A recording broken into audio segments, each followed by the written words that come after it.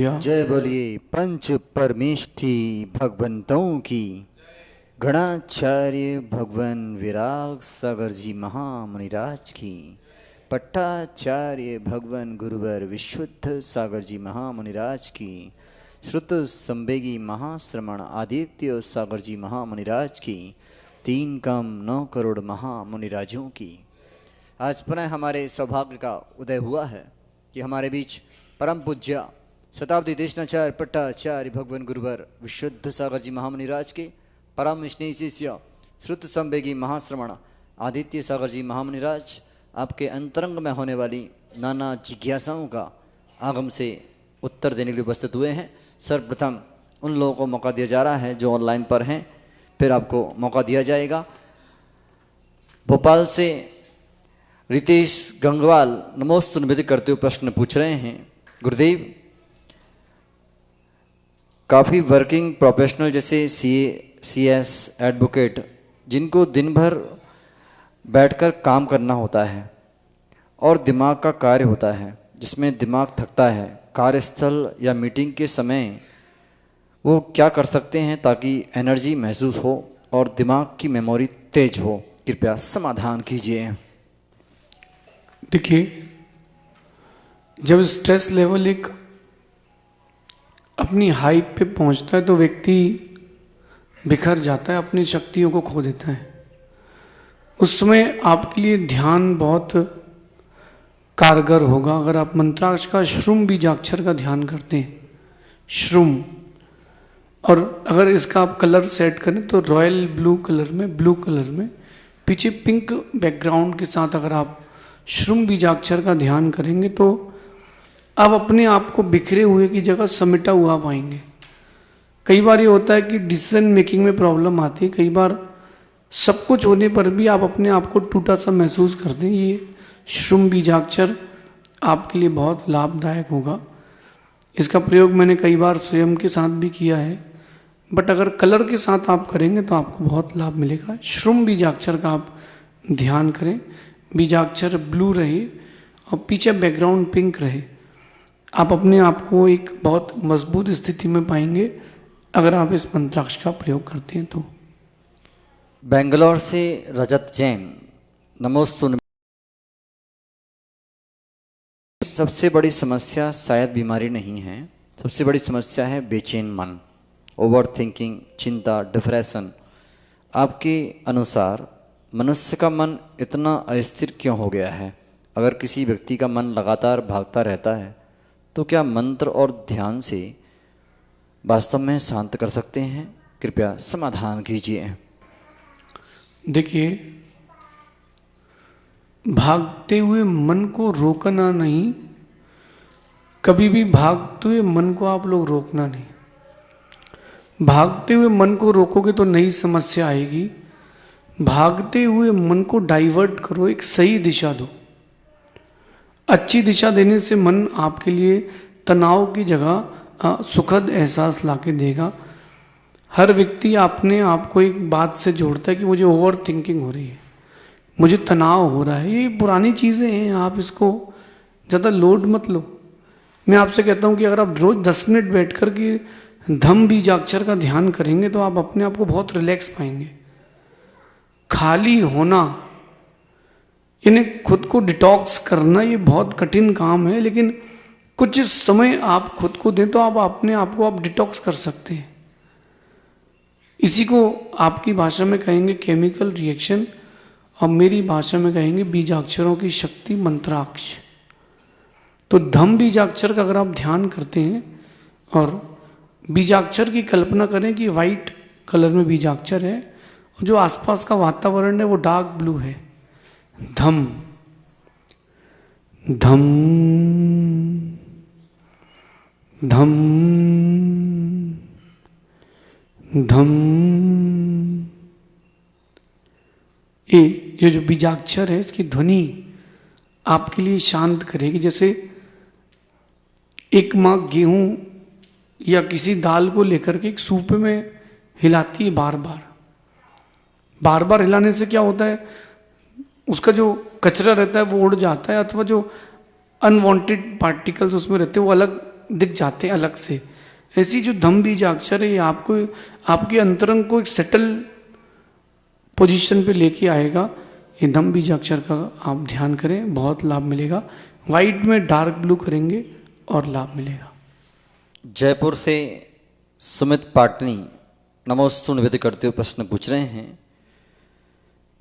एक सवाल जो हर व्यक्ति के मन में होता है, कुछ लोग बहुत मेहनत करते हैं फिर भी सफलता उनसे दूर रहती है। क्या मन और ऊर्जा की स्थिति व्यक्ति की सफलता को प्रभावित करती है? मंत्राक्ष में इसका क्या समाधान है? कृपया समाधान कीजिए।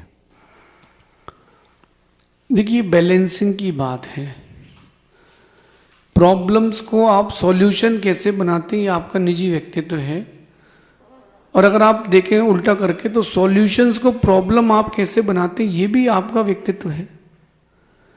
सॉल्यूशन को प्रॉब्लम बनाना ये बहुत सारे लोगों के अंदर की बात है, लेकिन प्रॉब्लम्स को सॉल्यूशन बनाना ये बहुत बिरले लोगों की बात बस की बात है। एक बीजाक्षर है मंत्राक्ष में ज य, ज य, ज य, ज य। ये जो बीजाक्षर है ज और या, इसका आप ध्यान करें तो आप अपने आप को एक डिफरेंट स्टेटस में पाएंगे, क्योंकि हर बीजाक्षर की अपनी फ्रिक्वेंसी है और वो फ्रिक्वेंसी वैसा काम भी करती है। अगर आप इस बीजाक्षर को ब्लैक कलर का अज्यूम करते हैं कि जा और या ये ब्लैक कलर से लिखा हुआ है और जो पीछे बैकग्राउंड है वो समथिंग लाइक मेहंदी कलर ले लीजिए आप। उस कलर के बैकग्राउंड में आप देखेंगे कि आप अपने आप को ठंडा भी पा रहे हैं और प्रॉब्लम्स को अपने आप से दूर भी करते जा रहे हैं। तो एक कलर कॉम्बिनेशन के साथ अगर आप करते हैं तो आपको लाभ जरूर मिलेगा।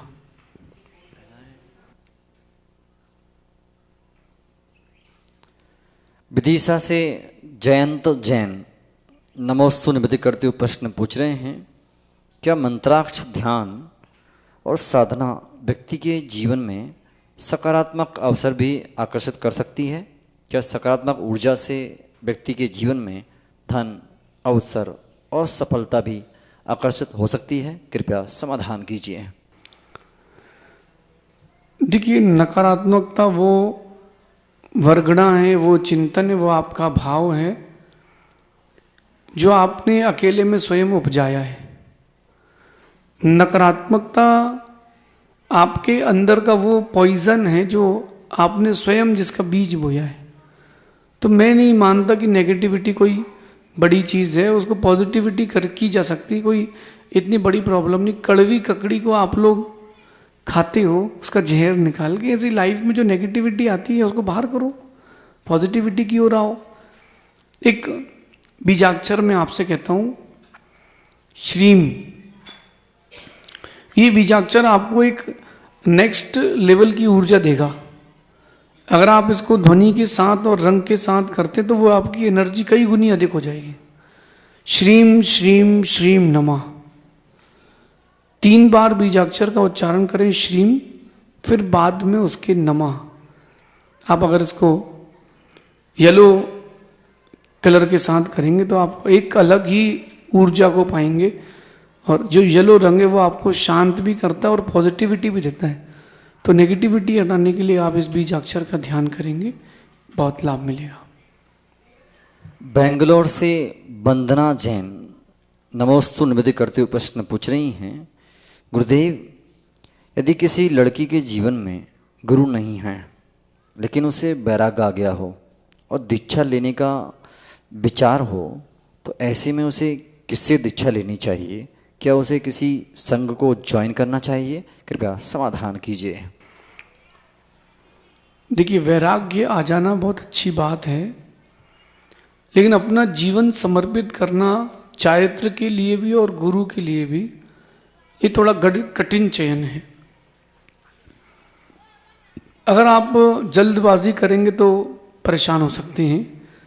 मैं आपको एक अच्छी सलाह देता हूँ, क्योंकि वैराग्य आना यानी दुनिया का सबसे कठिन और बड़ा काम है।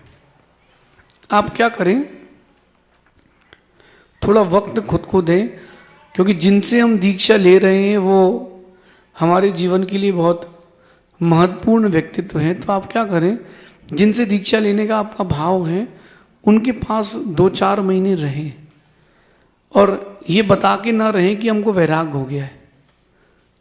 आप उनके पास रहें 1-2 महीने सामान्य श्रावक बन के और 1-2 महीने ऐसा प्रेजेंट करके कि अब मैं आगे बढ़ना चाहता हूँ। उनका व्यवहार देखें, उनकी क्रियाएं देखें, उनका चारित्र देखें, उनके वचन देखें, उनकी भोजन की प्रवृत्ति, उनके भाषण की प्रवृत्ति, इन सबको देखें, फिर निर्णय लें।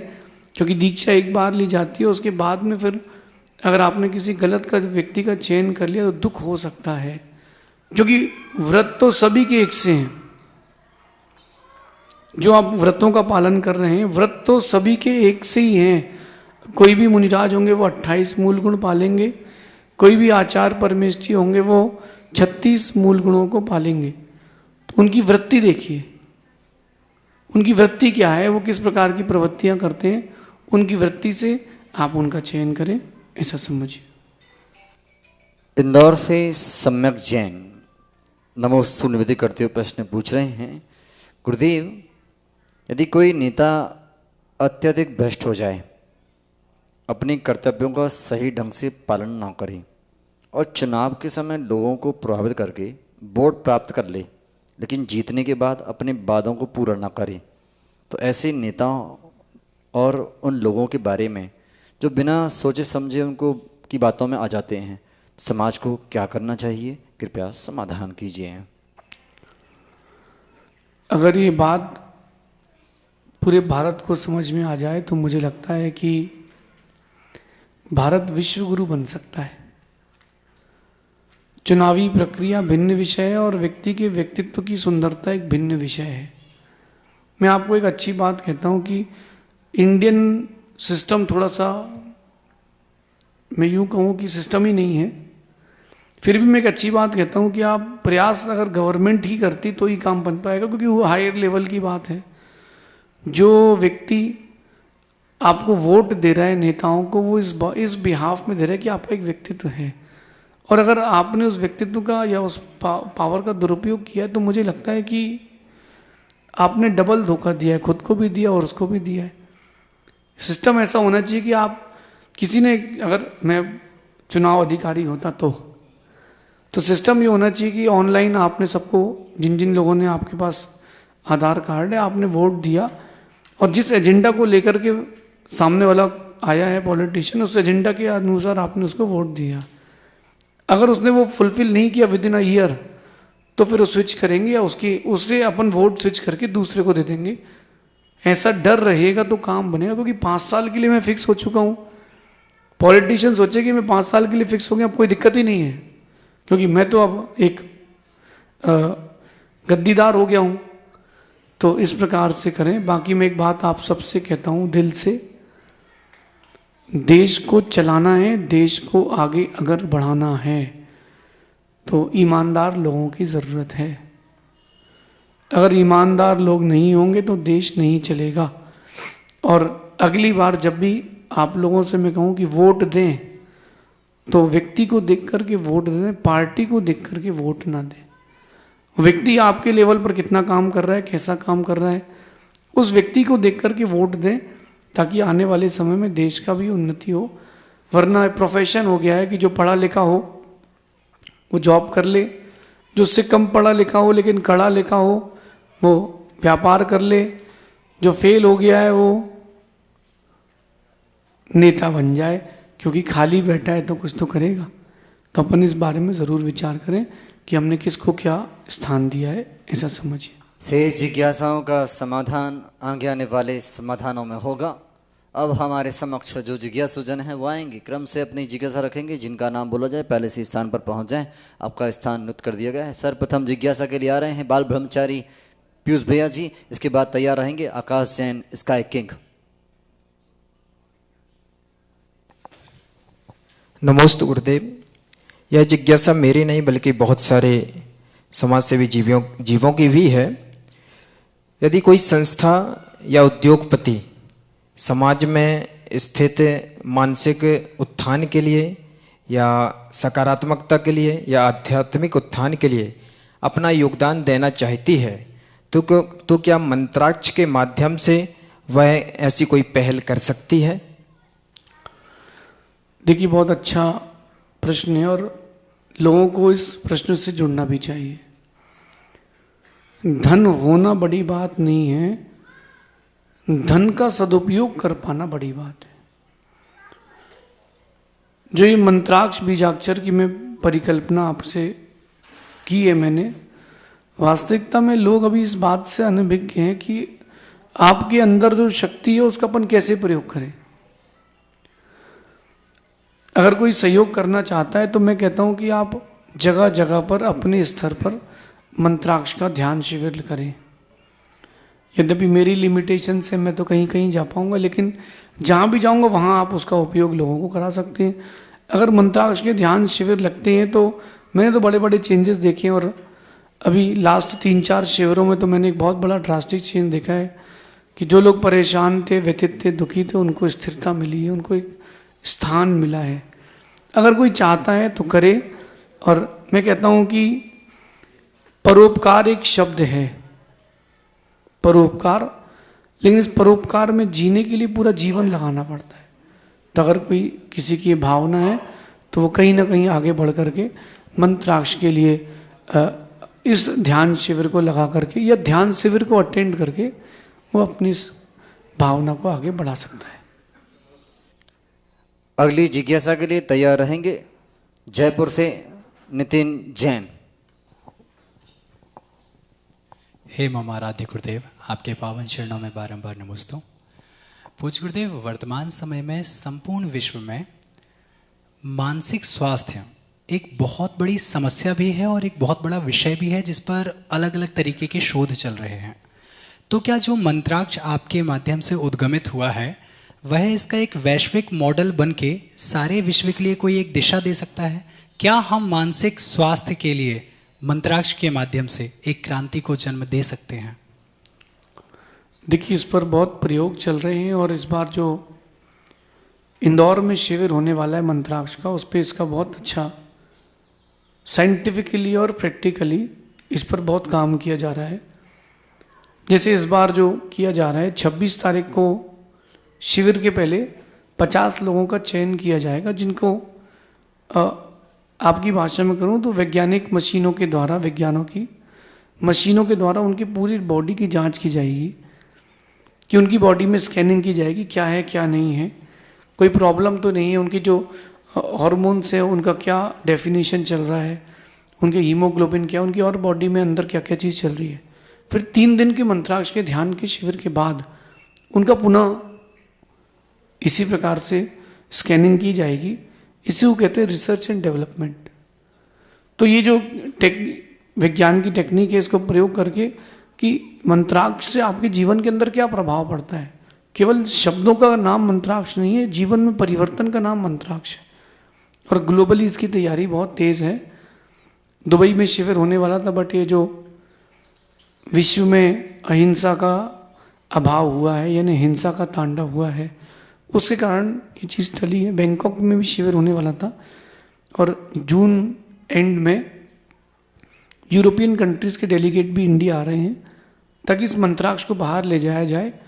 वास्तविकता ये है कि व्यक्ति शारीरिक रूप से बाद में बीमार होता है, पहले मानसिक रूप से बीमार होता है। और जो डॉक्टर इलाज करते हैं वो शरीर का करते हैं, प्रॉब्लम मेंटली है। और मानसिक रूप से अगर इलाज हो जाए तो व्यक्ति की स्वस्थता का क्या कहना। तो जो बीजाक्षर है, मंत्राक्ष है, इसमें रंग का प्रयोग है, स्वर विज्ञान है, ऊर्जा है, इसमें ध्वनि है, इसमें मुद्रा है, इसमें और भी बहुत कुछ है। इसमें शक्ति का संचार है, इसमें यूनिवर्स से एनर्जी ग्रहण करने की एक टेक्निक है, 7 चक्रास का डेवलपमेंट है, अपने ऑरा को क्लीनिंग करने का प्रोसेस। इन सबको एक साथ मर्ज करके फिर ये मंत्राक्ष का एक डेवलपमेंट है और ये व्यक्ति के लिए सबसे पहले मानसिक शांति लाता है। कोरोना के समय आप लोग जो बीमार हुए, बीमार तो था हर कोई, इसमें कोई डाउट नहीं, बट मानसिक त्रास ज़्यादा था। मैं आपको बताऊं, मुझे कोरोना हुआ था, मुझे 3 बार हुआ। तो जब पहली बार हुआ तो मुझे पता ही नहीं कि कोरोना हुआ है। अब जब कोरोना हुआ तो मुझे टेस्ट नहीं आया, स्मेल नहीं आई। तो मेरे साथ पहली बार हुआ और बुखार ऐसा आता था कि अनइवन बुखार था, 1 घंटे के लिए बुखार है, फिर मैं ठीक हो गया हूँ। लूज टूल्स हो रहे हैं, जॉइंट पेन हो रहा है, तो मुझे समझ में नहीं आया कि क्या हो रहा है। 14वें दिन मैंने एक डॉक्टर साहब को कंसल्ट किया कि डॉक्टर साहब ये क्या हो रहा है, जरा आप बताएंगे। तो बोले आपको टेस्ट आ रहा है? मैंने कहा नहीं। स्मेल आ रही? मैंने कहा नहीं। तो वो बोले कि आपको कोरोना हुआ है माइल्ड, 14वें दिन ठीक हो जाएगा। 2 दिन तो मुझे ऐसा लगा कि मैं चले ही ना जाऊं। कोई बता रहा कि 1 लाख लोग मर गए, कोई बोले 50,000 मर गए, कोई बोला 20,000 मर गए। मैंने कहा अपना नंबर ना आ जाए। मेंटली स्ट्रेस्ड, लेकिन 14वें दिन मेरा बुखार पूरा ठीक हुआ और मैं बढ़िया ठीक हो गया। तो कोरोना के समय जो लोग मरे वो मेंटली स्ट्रेस्ड होकर के ज़्यादा मरे। तो ये मंत्राक्ष आपको मेंटली भी काम करेगा। और मेरा मानना है कि शरीर से पहले मन की स्वस्थता ज़्यादा जरूरी है, ऐसा समझिए। अगली जिज्ञासा के लिए तैयार रहेंगे मयंक गंगवाल। नमस्ते गुरुदेव। जैसे कि भारत का मेडिटेशन और योग पूरी दुनिया मानती है, तो मैं मंत्राक्ष के लिए पूछना चाहता हूँ, ये मेडिटेशन से कैसे डिफरेंट है और हम इसको पूरी दुनिया में कैसे फैला सकते हैं? देखिए, मंत्राक्ष जो है वो सिर्फ मेडिटेशन नहीं है, सिर्फ योगा नहीं है, ये कॉम्बो है। मुझसे बहुत सारे लोगों ने पूछा कि ये है क्या। मैंने कहा ये भारतीय पद्धति है, आप लोग जिसको भूल चुके हो।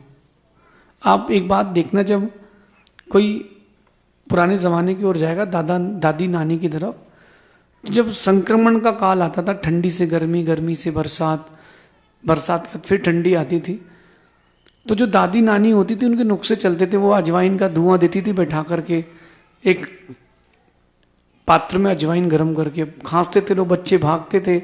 नीम की गोली दी जाती थी, बच्चे भागते थे, उससे दूर होते थे। लेकिन ये कोई अलग से टेक्निक नहीं है, वही टेक्निक है। आपको दवाई में नीम दी जा रही है, दादी माँ डायरेक्ट दे देती थी। तो मंत्राक्ष जो है वो यही है, वो मेडिटेशन नहीं है, वो लाइफ को सेटल करने की टेक्निक है। मैं आपसे कहूँगा कि जीवन जीने की जो कला है उसका नाम मंत्राक्ष। और आप लोग जो मेडिटेशन करते हैं, मैं आपसे कहता हूँ कि मेडिटेशन आपकी लाइफ में तब इफेक्टिव होता है जब आप उसको दिनचर्या बनाते हैं। ज़्यादातर लोग उसको दिनचर्या नहीं बना पाते। चलते उठते बैठते फिरते आप मेडिटेशन तो कर सकते हैं, कोई प्रॉब्लम नहीं है। तो मंत्राक्ष जो है वो इन सबका कॉम्बिनेशन है। मेनली इसमें फोकस आपके मानसिकता से, मेंटली काम किया जाता है, क्योंकि ये जो है ये ड्राइवर है आपकी बॉडी का। ये जैसा चलाएगा वैसा चलोगे।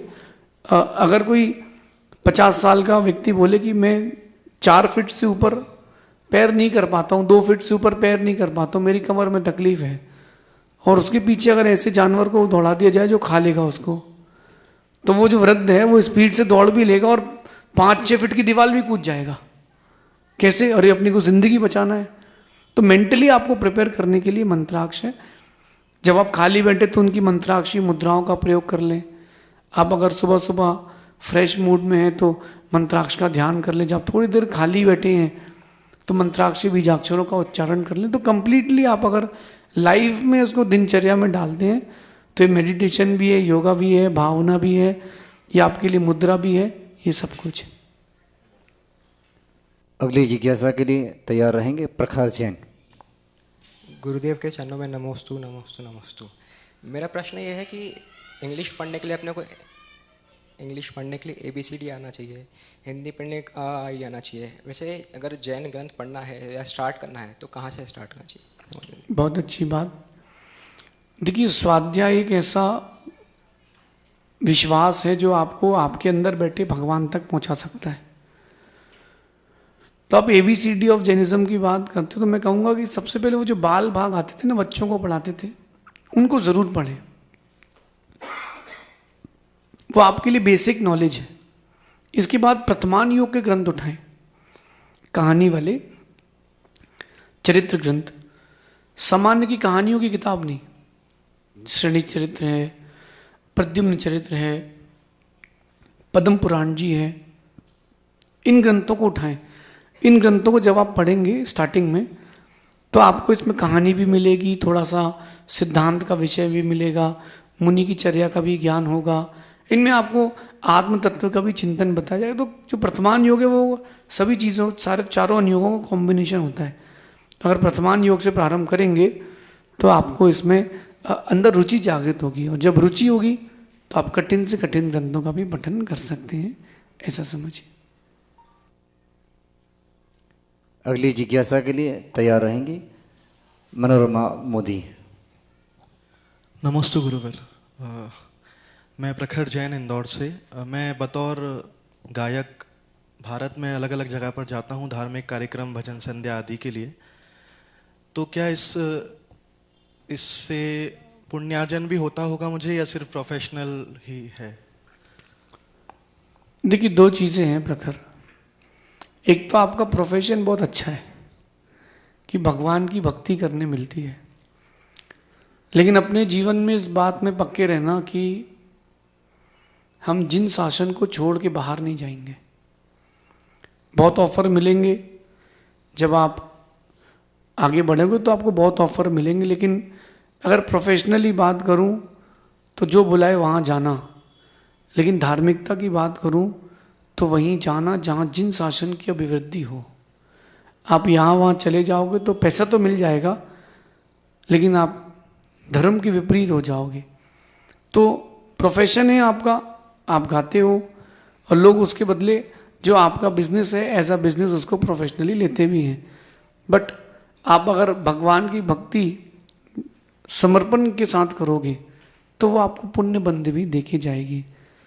कहते हैं कि तीनों योगों से की गई क्रिया बंद दे करके जाती है। क्रिया अच्छी होगी तो पुण्य बंद, क्रिया अगर विपरीत होगी तो पाप का बंद। तो आप कौन सा बंद चाहते हैं ये आपके ऊपर है। भक्ति तो कर ही रहे हैं, क्यों ना उस भक्ति में समर्पण और भावनाओं को और जोड़ दिया जाए, कनेक्शन कर लिया जाए। जैसे मैं आपसे कहता हूँ, आपने जिनको भी गुरु बनाया हो या कोई आपके इष्ट भगवान है, उनके ऊपर आप कभी भजन लिखोगे या गाओगे ना, एक अलग जुड़ाव होगा। और आपसे कोई बोलेगा कि यार उनके लिए एक भजन लिख दो, तो आप लिख दोगे, गा दोगे, लेकिन वो अंदर से जुड़ाव नहीं होगा, क्योंकि आपका उनके प्रति समर्पण है। समर्पित भाव से करिएगा तो पुण्य भी मिलेगा, प्रोफेशन भी चलेगा। अगली जिज्ञासा के लिए तैयार रहेंगे संजय जैन। पीछे, अरे वो पीछे माँ को दे दो।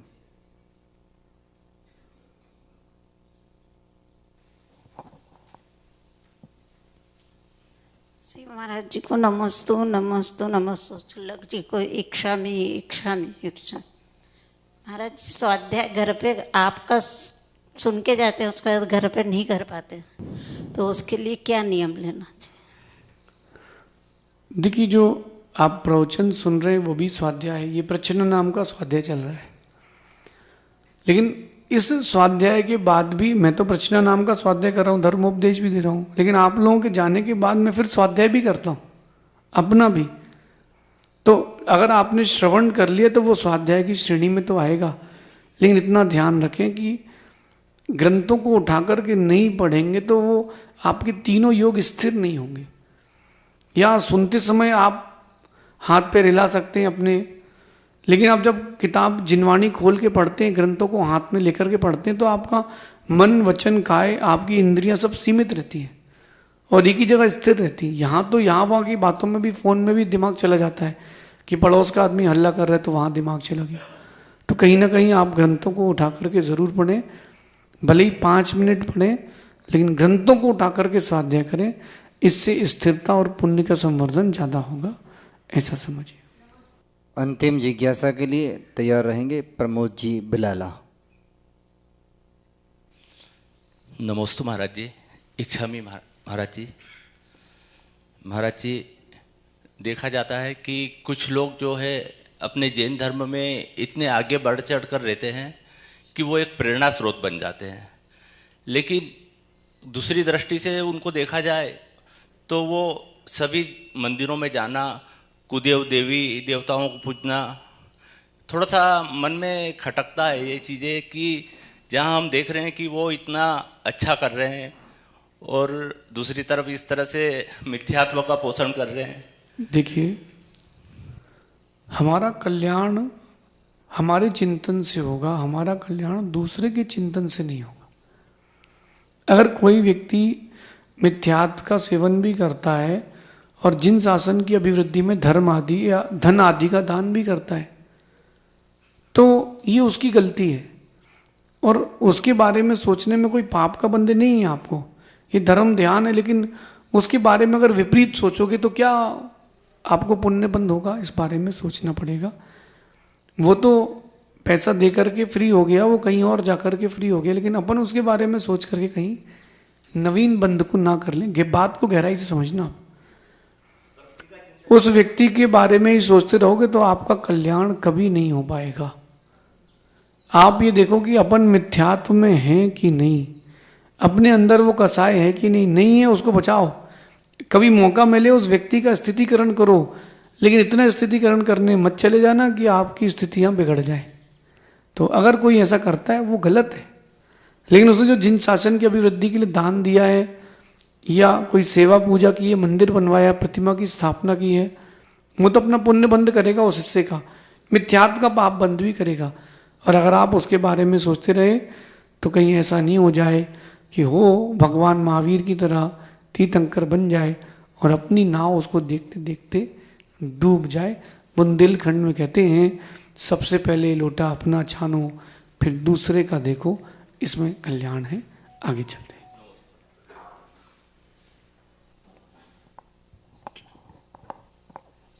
नमोस्तु गुरुदेव। गुरुदेव, मेरा बहुत एक मार्मिक प्रश्न है और करीब 40 साल से मैं इस प्रश्न को अपने मन में कसोटे रखे हुए हूँ और मैं चाहता हूँ कि उसमें मुझे कुछ शंका का समाधान प्राप्त हो। गुरुदेव, मेरी पत्नी को 3 बच्चे हुए और पूर्ण रूप से स्वस्थ डिलीवरी होने के तत्काल पश्चात उनकी मृत्यु हो गई। तो ये कौन से पाप कर्म का उदय था कि उनकी जन्म लेने के बाद मृत्यु हो गई? ये हमारे कौन से पाप कर्म का उदय है? और दूसरा ये कि ऐसी महिला जिसको इस प्रकार के बच्चे हुए हैं और परिवार के और समाज के लोग उस महिला की उपेक्षा क्यों करते हैं? देखिए, उनका ऐसा समाधान है, चाहता हूँ। हर व्यक्ति अपना अपना कर्म लाता है। अपन किसी के कर्म के बारे में जानते नहीं है, बस अपन वर्तमान में अनुमान लगा सकते हैं। कौन किसकी उपेक्षा करता है, कौन किसके लिए अच्छा कहता है, बुरा कहता है, वो उसका निजी कर्म है। कई धर्म ऐसे हैं कि जिनके यहाँ शादी हो और पहली लड़की हो जाए तो वो जो बहू रहती है उसको घर से निकाल देते, क्यों? बोले कुलक्षणी है, इसके यहाँ लड़की हो गई। अगर मैं उसकी सास से प्रश्न करूं कि तुम भी तो किसी की लड़की हो, फिर तुम भी तो किसी की लड़की हो, तुम कैसे जीवित रहने के अधिकारी हो? कहीं ना कहीं सोचना तो पड़ेगा इस बारे में। सबका अपना अपना कर्म है। जो बच्चों का जन्म हुआ उनका भी कर्म उदय है, जिस जीव की मृत्यु हुई उसका भी कर्म उदय है। कहीं ना कहीं हो सकता है पूर्व भव में, पूर्व जन्म में उसने किसी चूहे को पिंजरे में पकड़ा हो, किसी पक्षी को पिंजरे में पकड़ा हो, उसके बच्चे अलग रह कर बेचारे तड़पते रहे, माँ अलग रही। तो ये हो सकता है ऐसा कर्म उदय किया हो तो उदय में आ गया हो। ऐसा अपन कॉम्बिनेशन बना रहे हैं। कहीं हो सकता है माँ को अपने बेटे से अलग किया हो। एक जगह मैंने देखा कि गाय का बछड़ा और गाय साथ में थे। एक बच्चा डंडा लेके दौड़ा तो गाय दौड़ी और बछड़ा गली में घुस गया। उस बच्चे ने उस बछड़े को आधा किलोमीटर दूर गली में छोड़ के आ गया। मेरे सामने की बात है। अब उस बछड़े को हम लोग गाड़ी से हॉर्न दे दे के पास में ला रहे, बछड़ा डर रहा है कहीं ये भी तो मुझे मारने नहीं आया। 4-5 घंटे बाद बड़ी मुश्किल से वो गाय अपने बछड़े से मिल पाई। न गाय बछड़े के पास तक जा पा रही थी, न बछड़ा गाय के पास तक आ पा रहा था।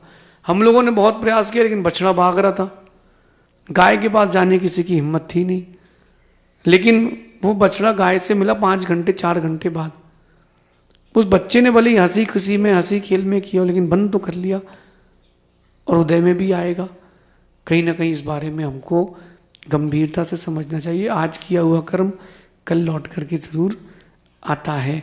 अब ये अनुमान लगाइए कि क्या आया है, कैसे आया है, हम उससे बचे। रही बात सामाजिक दृष्टि की, तो आप सामाजिक दृष्टि से मेरी बात समझना कि आप कुछ भी कर लो, जिसको जो सोचना है वो वही सोचेगा। आप कुछ भी कर लो, जिसको जो कहना है वो वही कहेगा। तो लोगों के शब्दों पे ना जाएं। हम इस बात का चिंतन करें कि हमने क्या अच्छा किया, क्या बुरा किया। अगर कोई सोते सोते किसी की मृत्यु हो जाए तो लोग बोलेंगे ओह बेचारा मर गया। लेकिन मैं कहता हूं कि देखो,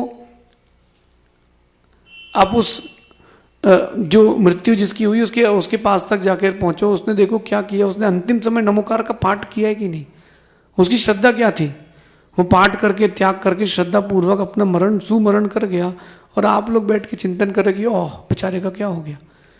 तो सबसे पहली बात है कि समाज को कभी किसी के बारे में टिप्पणी करने का कोई अधिकार नहीं है, फिर भी कोई करे तो उसका निजी विषय है।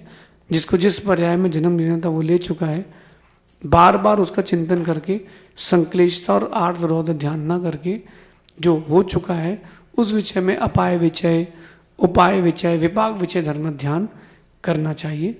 ऐसा चिंतन करें। शेष आगे देखेंगे। भगवान महावीर स्वामी की